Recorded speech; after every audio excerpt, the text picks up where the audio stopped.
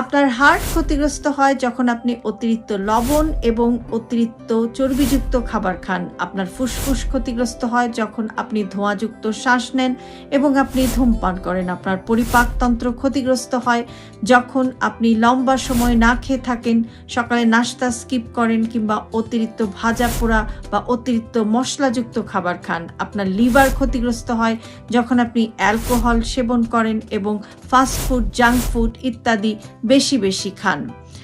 আপনার প্যানক্রিয়াস ক্ষতিগ্রস্ত হয় যখন আপনি অতিরিক্ত মিষ্টি জাতীয় খাবার খান। আপনার কিডনি ক্ষতিগ্রস্ত হয় যখন আপনি দিনের মধ্যে 7 থেকে 8 গ্লাস পানি পান না করেন।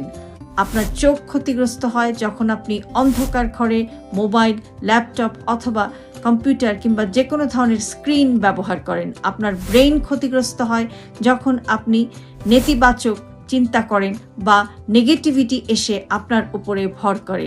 ভালো থাকবেন সবাই।